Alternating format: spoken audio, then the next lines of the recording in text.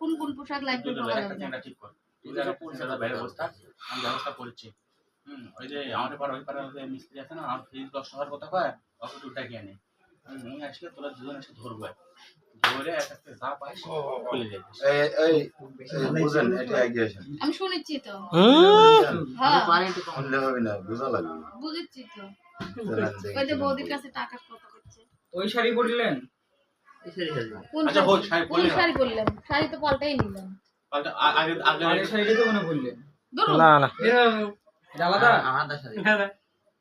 আগের শাড়ি বাস তুই কথা এই বলছিস যে তো আগের শাড়ি আচ্ছা আচ্ছা খাবো কি দেখি আপনার কি তাই মনে হয় আপার বাসা কথা হলো লাল বাজার লালু বাজার মেলা তো